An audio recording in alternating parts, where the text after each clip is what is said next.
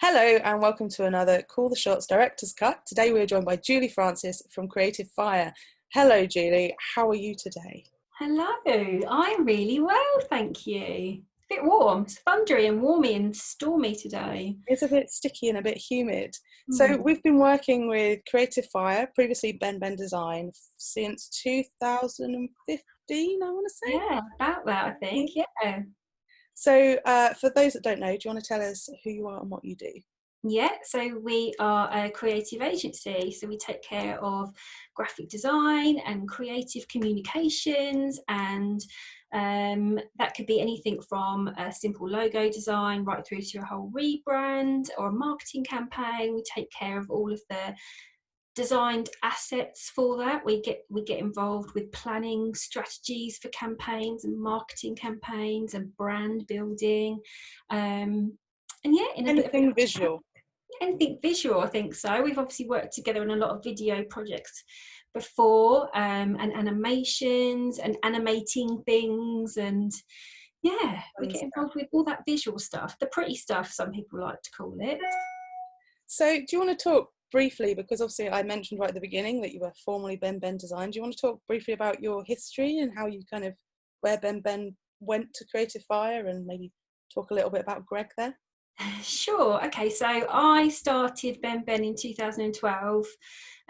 Was working for somebody, wasn't particularly happy, and just kind of felt like there was a simpler way to do this. We'd worked in my employed position. We'd worked with creative agencies, and it just seemed like such a complicated process. You'd have to book in a call with a project manager, and the project manager would talk to the design creative director, and they'd then book it in with the studio, and then it just this convoluted process, and you would never get back what you really asked for. The brief would just get twisted or turned, and I just found it so frustrating, and I just felt like there should be a simpler way to do this. And so I kind of had this idea in my head of a business or an agency that I wanted to create, but it's never quite so simple as that. And so what I started doing was just freelancing, just to see if I could get any business. Can Julie Francis go out there and get any work for herself?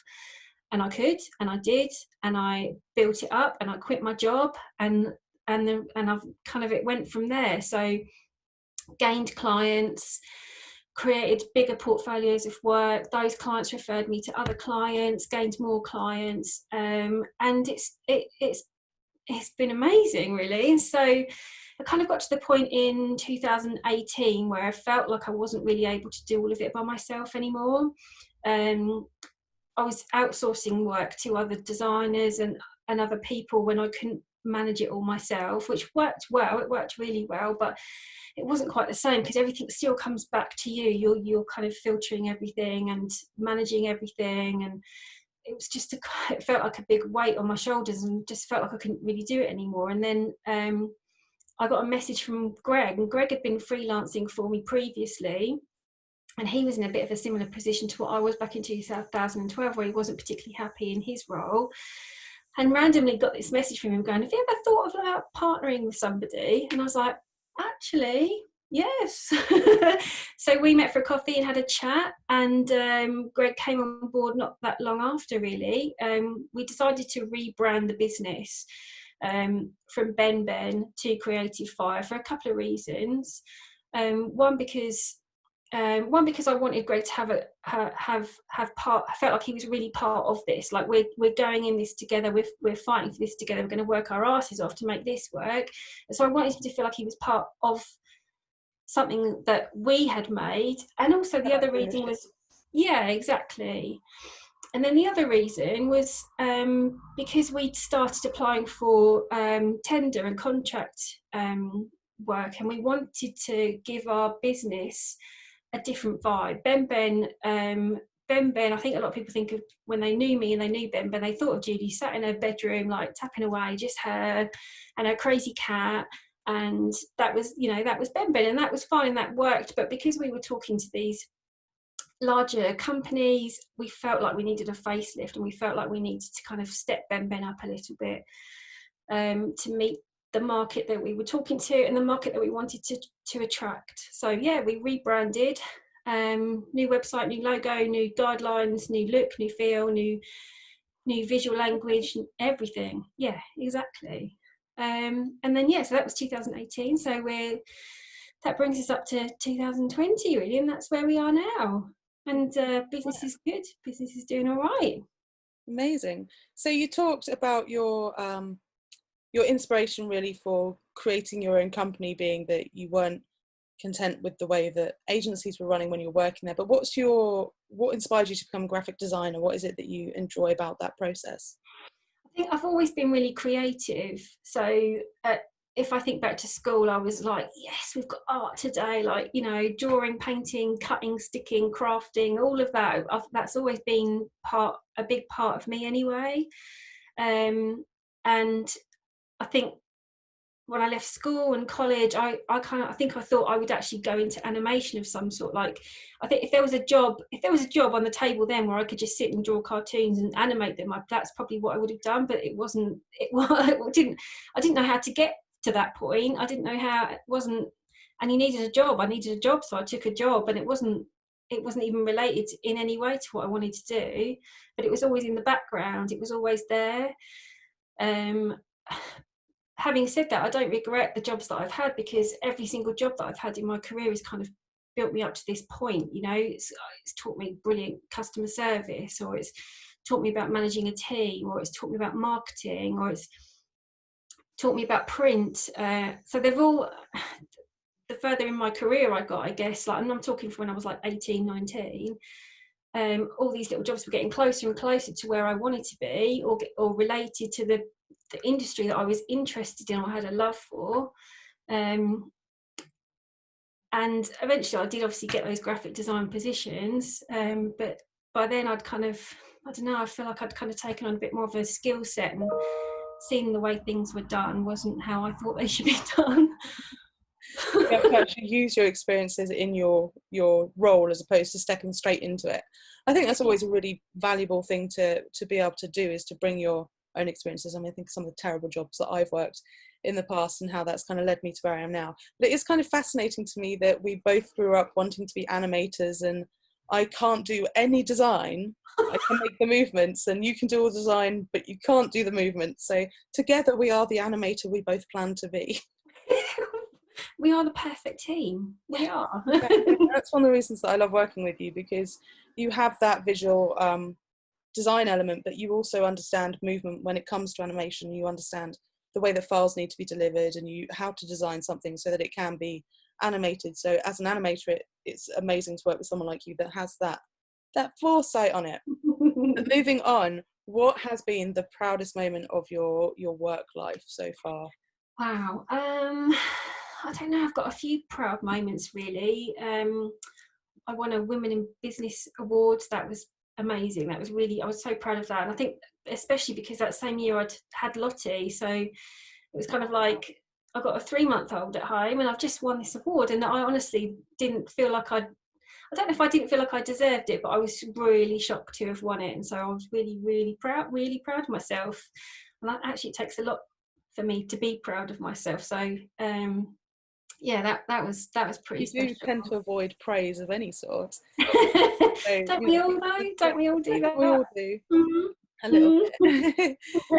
So, any other proud moments for you over there? I still get really proud when I see a customer with the thing. So say if we've created a brochure for them and they're at an exhibition, obviously not during lockdown, but if we're at an exhibition, you see that client proudly handing over their brochure that we've crafted for them. I'm like, yes, that's mine. It helped you do that. Like, I love that.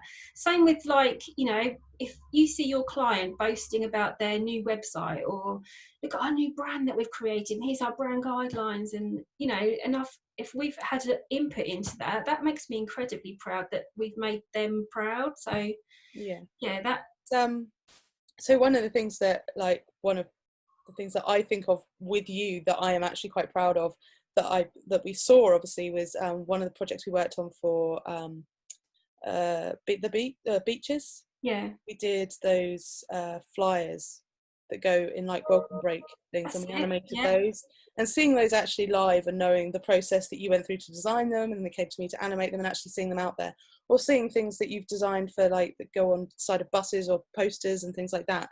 It's actually really incredible to be out in the world.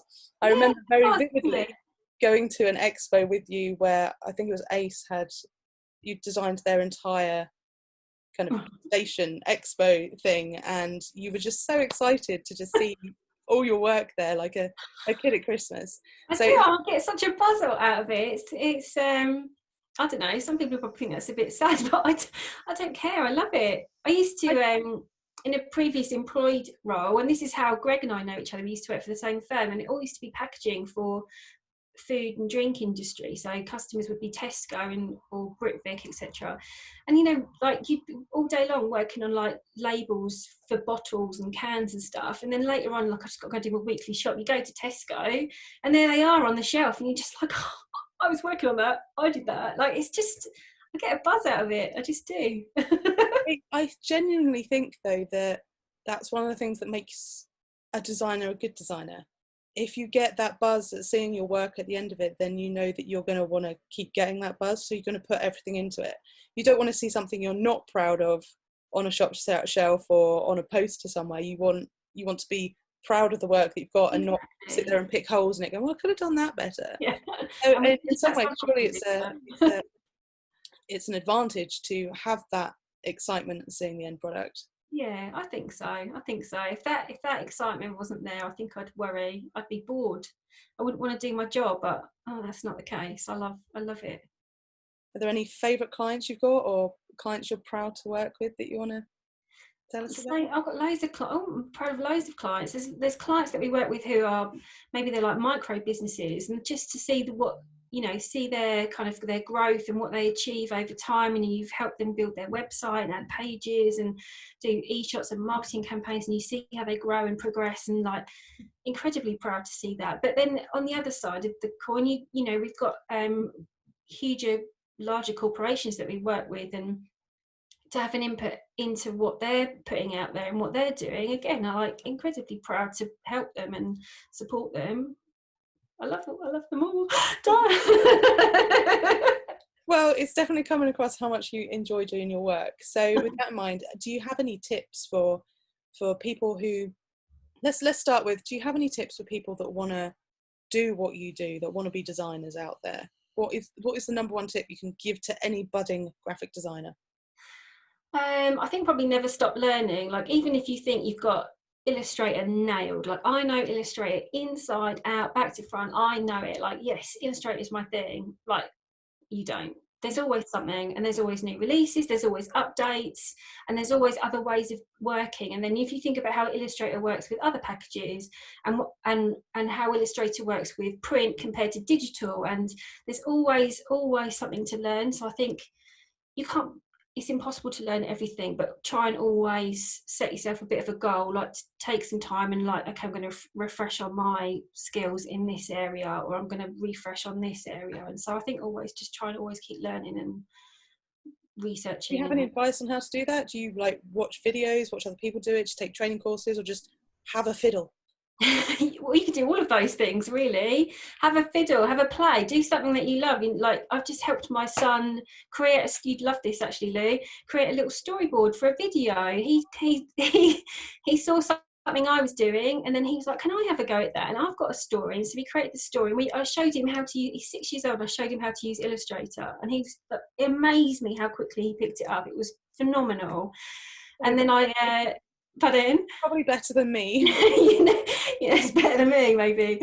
And so, yeah, he's just done that through kind of like me showing him something to do. But there's so much training available. I mean, there are thousands of YouTube videos about ways to do things.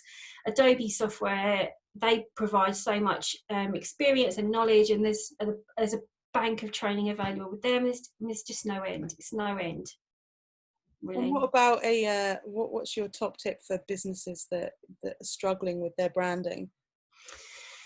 I think if you're struggling with your branding, we need to figure out why. I think you need to take a step back and look at what is working, what isn't working. It's a bit like marketing. Let's do some marketing. Did that work? No. Okay, ditch it. Did that work? Yes, it worked. So let's do more of that. I mean, you just need to look at it in a logical way.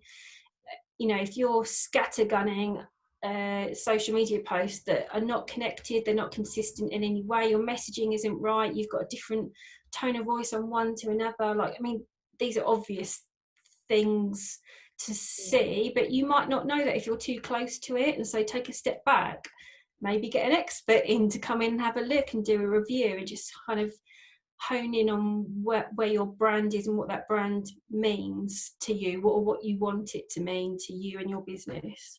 I think it's I probably... just want to quickly, actually, for anybody that might be listening and be unsure of it, do you want to quickly explain the difference between a logo and a brand? Because this is something that we come across all the time. Can you send us your branding, please? You get a logo. So can you explain the difference, please? Yeah, we get this a lot as well. There's quite a lot of very philosophical messages about the difference between branding and logo, but here essentially is what I believe the difference is. Your logo is an emblem, it's an icon, it can stand for your business, it might symbolically mean your business, it might mean something to you, it might mean it might give off some sort of emotion, or it might do, but basically generally it's a logo, it's an icon, it's a piece of graphic that represents the name of your business. A brand is everything that your business does, speaks, chats about, communicates with your staff, your values, your company beliefs, your aspirations in your business, and what that brand looks like, the visual identity. Very, very important is tone of voice, the way it communicates, the message. That is a brand. The whole big shebang, all of that is your brand. This little logo is just a little logo. It's not enough to create a brand. Very important. It's very, very important. But yeah, it's not. And the brand can stem from the logo. You can start with the logo as a point of branding, but it needs to extend throughout that. And I think that what a lot of people miss is kind of they think that they just put their logo on things and it makes it theirs, whereas they're not looking at consistency overall. Are there any like big brands out there that you think are that you aspire to see, that you enjoy looking at, that their work is kind of... I think probably I mentioned it earlier about working in that kind of food and drinks industry, that there are lots of brands in that sector that I admire and look to and really like. And now you're going to ask me to name some, and I'm rubbish at names. I'm always going to forget. But but even if you look like, so someone we know that we work with, we've done some artworking for them. They're called Kiss Branding, and they the lady that works at Kiss Branding designed and had won awards for the Pizza Express pizza boxes that you would purchase when you go to the supermarket. Right. She's got loads of absolutely golden nuggets like that under her belt, and she's fantastic. So when I look at brands like that and what those brands are doing and how unique they are and the way they come together, like that inspires me, and I admire those. I don't know if there's anyone in particular I kind of think, oh, I'd love to do what they're doing. I don't know. I kind of like, I admire things, but I've always got my own take on things. So I think you have to try and stand out a bit as well, don't you? You need to be slightly different from what everyone else is doing. I think that's a common theme across all creative industries. We often get people coming to us saying, oh, I want a video like this one.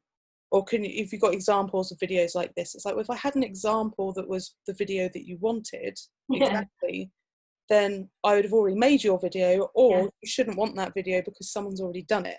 Exactly. So I think there's always kind of this, look at what your competition are doing, get inspiration from other people, but always go slightly to the left. Don't do exactly what they're doing. Find your own spin on it, your own creativity. Yeah, I agree with that completely.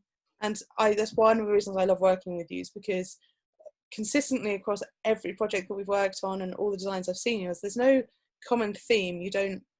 I know that it's yours because you've designed it and you've told me you've designed it, but ultimately what that branding represents is the company that you have branded there, and it is entirely their tone of voice. It's not your voice mimicking theirs, it's their voice. And you have a great ability to be able to take on the persona of another brand and be able to work on their There's stuff in Thank that place. So it's you. always a joy to work with you. Thank you. And I think we've reached over 20 minutes now. So I am going to thank you very much, Julie, for joining us here today. Anybody wants to find out more about Creative Fire or Julie or the work that they do, check out the links in the comments below, and you'll find links to all their socials and everything. And I encourage you to go and look at Julie's work because she's absolutely amazing. Thank you, Julie. Anything you want to say to anybody? Just that Lu sent me this amazing care package today. So if you make friends with Lu, she may send you vodka in the post as well. Great tip for people. Come and join me on Facebook. See you later. Bye.